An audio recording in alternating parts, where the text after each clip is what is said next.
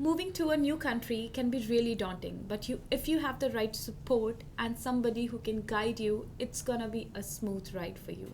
Today we have with us somebody who helps newcomers, immigrants, refugees to live and settle in Canada. She's a senior director of languages, settlement, and social programs at Progressive Intercultural Community Services Society, which is the largest nonprofit in Canada serving the South Asian community. We have with us Dinder. Thank you for coming to Stranger Story in collaboration with PICS Society. Thank you for having me, Phalak. So, Devinder, as you know, Stranger Story shares inspirational journeys of the leaders of our community. So, today we are going to talk about your inspirational and true story. So, are you excited? Oh, I am, of course.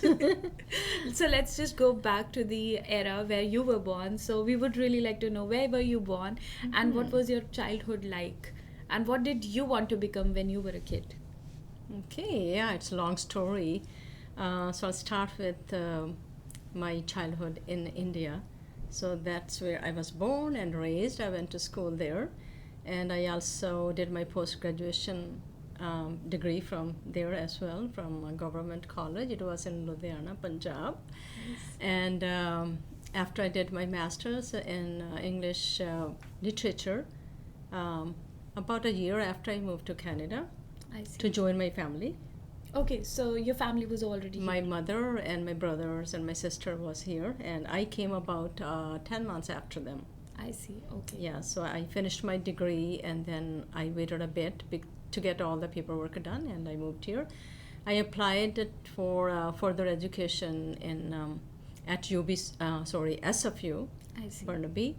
I got admission in, but then you know how mothers are, so my mother said I don't want to wait that long for her to come, so let's just have her quickly. So I applied, they applied for me as visitor, I see. so then I came as a visitor. But then I during that time, because there's always priorities change when we are new to a country. Yeah.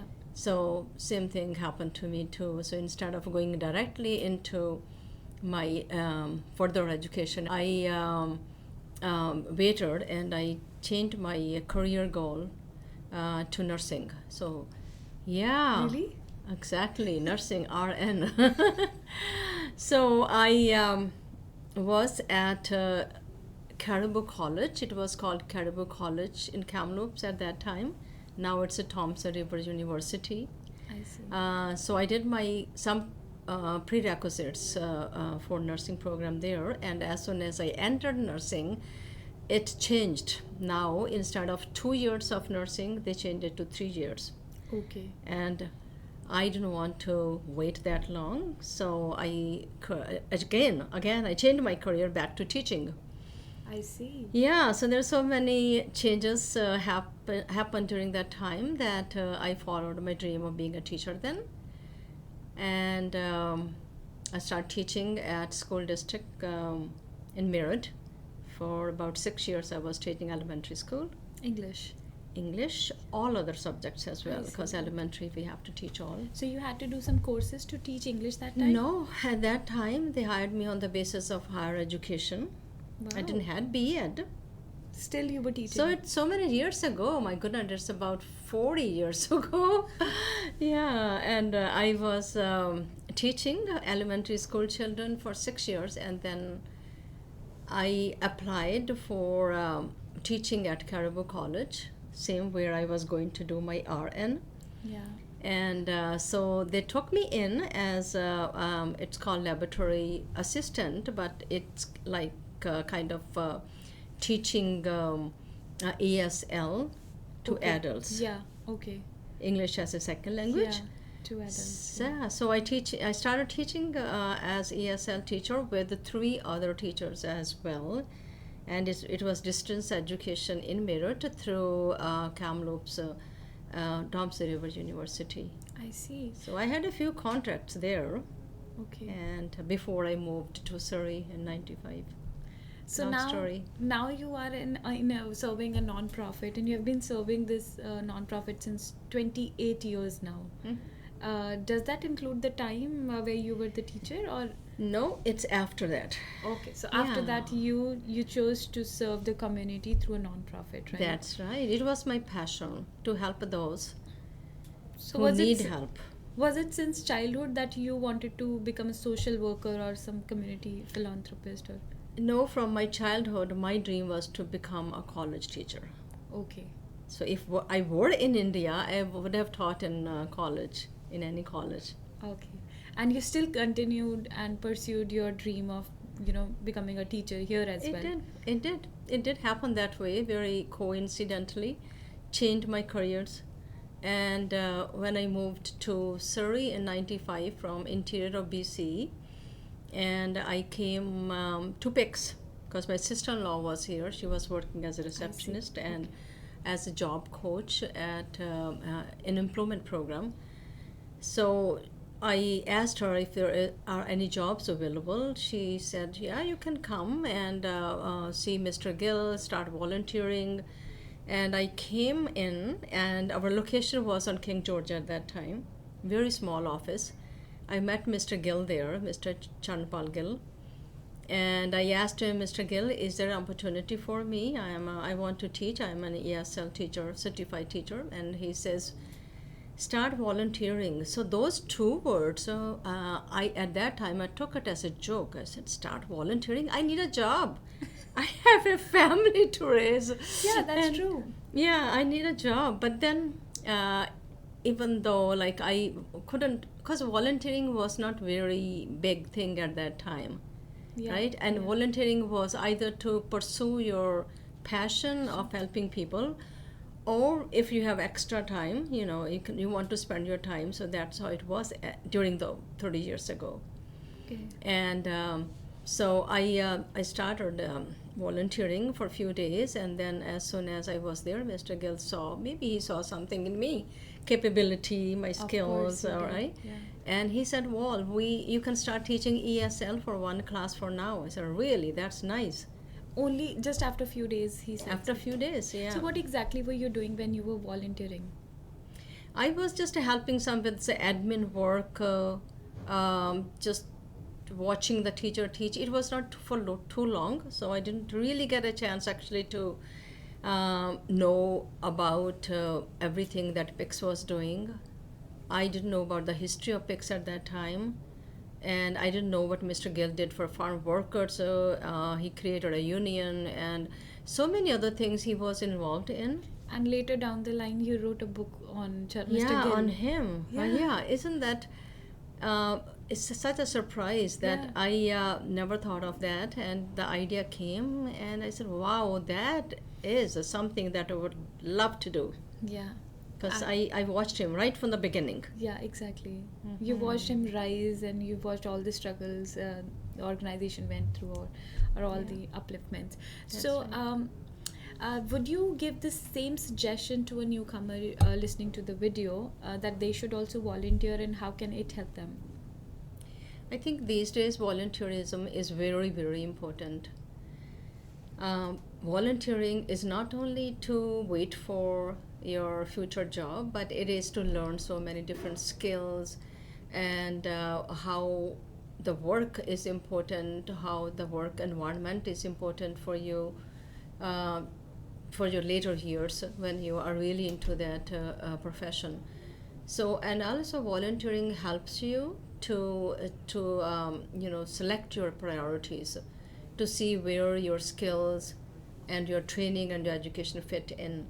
So I think it's really important to volunteer before you actually land on a job.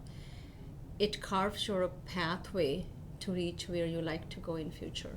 Amazing. That's a really nice advice for anybody listening and thinking about volunteering. PICS definitely has a whole dedicated department for volunteer. So you can go online, check the website, and start volunteering. Coming back to your story, Devinder. So now finally you are in Canada and you are at PICS. I mean, I'm taking you back again. Right, So, about 50 years ago. yeah. So then, how was your how did you feel at your job? Like, did you face any racism, I would say, or any hindrances towards achieving your goals? Any constraints that you overcame? Okay, since I started working at PICS, I did not face any direct discrimination. And I was given chances of advancement. I was given chances of wherever I would like to reach, I can always do that. So there were so many opportunities that PICS offered me. Yeah. As I started working at PICS, I could see myself moving from one job to the other job. So I didn't go directly to senior director's position. Of course. There were so many You steps had to. that I took, right?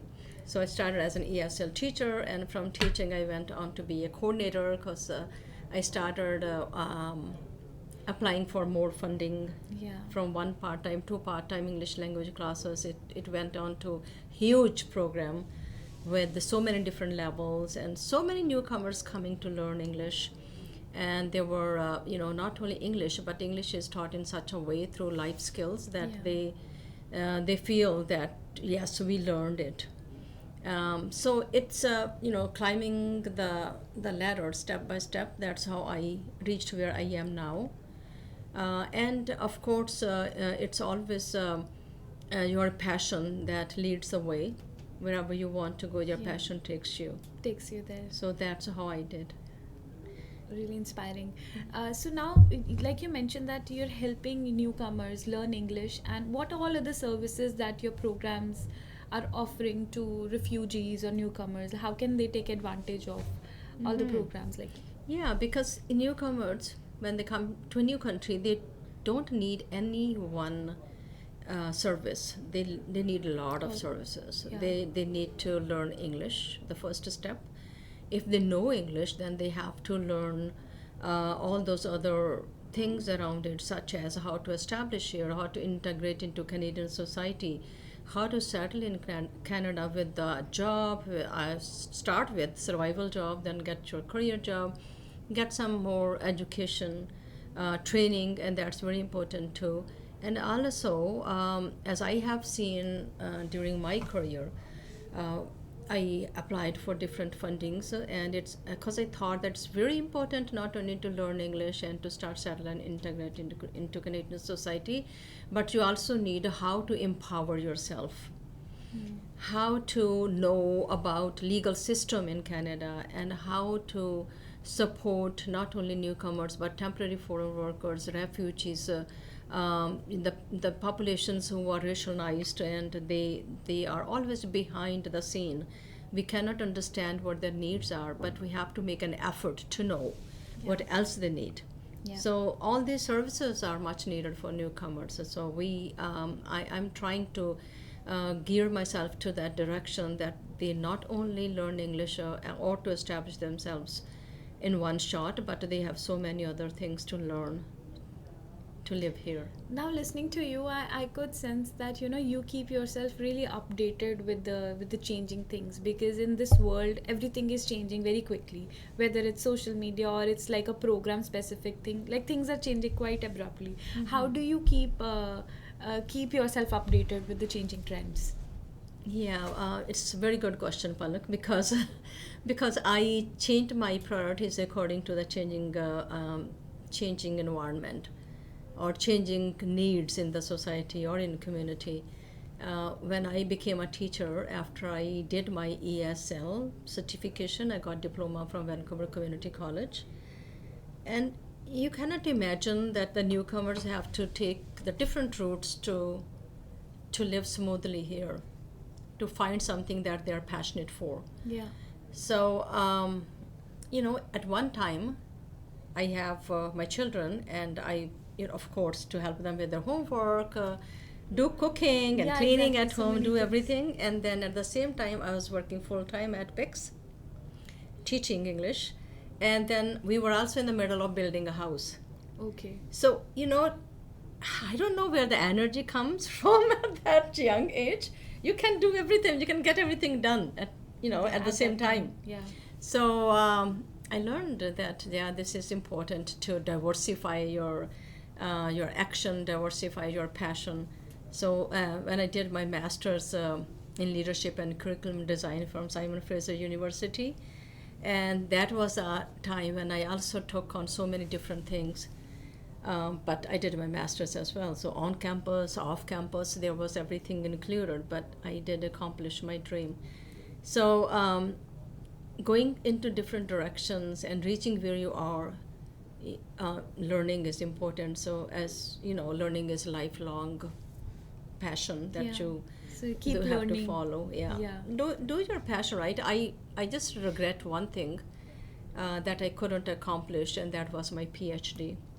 Oh, you should not regret. You have done more than a PhD could do. No, I mean, it's passion. It's Oh. something that you like to accomplish. I was about to step in there, but then I thought, no, there are other priorities that I need to follow. So I don't feel bad about that, but it's just in the back of your mind that, oh, I should have done I that too, could right? have So done that's, that. yeah, I could have done that.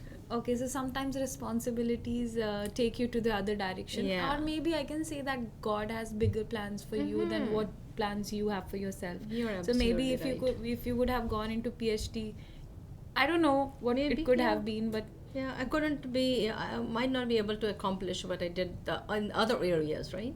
yeah, exactly. So now you're helping people out there and supporting all the new migrants and refugees. Is there any example or an experience that you would like to share that you came across with a refugee? I would say, because these days we have a lot of refugees and people out there have different narratives and opinions about whether the refugees should be settled in Canada or not. Mhm. So, any experience that you would like to share around helping them? Yeah, I think it's Canada's priority, along with other countries in the world, to help those who need help. So refugees are coming to Canada because we allow them to come, and they need a better life as well, just Yeah. like anyone else. So in order to follow their dreams, to live a better life, we need to welcome them to their new country, Canada. And so refugees are, we look at refugees in such a negative term. We see that, oh, refugees are the people who have no house, they have no families, they have nothing. Refugees are, a lot of them, majority of them are very educated. They have a I see. they are highly educated, and they just want to move to Canada to live a better life. Yeah. So I encourage them, when they come here, they should start looking at different avenues to upgrade their skills, to find jobs, and to contribute towards Canada's economy. And that's very important. I know that I don't want to comment on Canada's politics, but Canadian citizens, whoever is in Canada now, they need more attention from the government, because there are so many issues: housing, Employment. jobs, this and that, and the Canadian citizens right now are suffering, and that's why when they get very upset, they start blaming refugees and newcomers. Yeah. But that's not the right way to do it. I think Canadian government should adopt another way, so they can put some priority on the people who live in Canada already, settle them, make them happy, and then of course welcome more people from other parts of the world. Oh, thank you for saying that. It's gonna relieve some refugees' pains these days. Yeah. Coming back to your personal life, I really wanted to know about who all are in your family and how does your family support you with what you're doing for the community? Yeah, currently I have my husband, my 3 children, 2 sons and a daughter, and they always encourage me to do whatever I like to do, to follow my passion. It's my husband who supported me to do my second master's at Oh, so- SFU. Yeah. Okay, yeah. I got admission in, and I was about to think, okay, what are my priorities right now? My family, my children, my job. And he said, you got chance, go for it. Very good. So I did that, and he was, he was supporting me all the time Lovely. with children, with housework, with whatever I needed. So till now, he supports me very closely. I contribute all my education in Canada, and whatever I'm doing right now, due to him. It's all due to him. So And my children always supported me. They are with me. They like to see whatever I like to accomplish. So they really appreciate what And now I'm you doing. have grand kids as well. I have grandkids. Why not to I mention? have grandkids, and they look up to me too. I love to see them every single day and to play with them, to go out with them, outings and all that. It just I think it's a blessing to be a grandmother. So now you are setting the right example for them, and I really wanted to say that behind every successful woman, there is a man these days at the back, helping her, supporting her with all what she deserves. So I don't want to forget my parents as well. please go ahead. My parents are, I don't want to see, everybody says that, the best parents in the whole world, right? But they were. You know how the time was in those days, 50 years ago, I would say. Usually the parents say, okay, you have done your undergrad degree, that's enough now, let's get you married, this and that. My father always said, no, go for the stars, do whatever you want to do. Okay. So he never hurried into getting me married. My mother was always supporting me. She was in Canada with me. And she used to always applaud me for doing what I'm doing. Thanks to them that I'm here. Yeah, thanks for raising such a beautiful daughter. I would say. Okay, so Devinder, we're gonna end this first part of the video today. Do you have, before we end this up, do you have a message for the community out there? Any random message, could be related to your field or not. So anything that comes to your mind that you want to share out with public right now.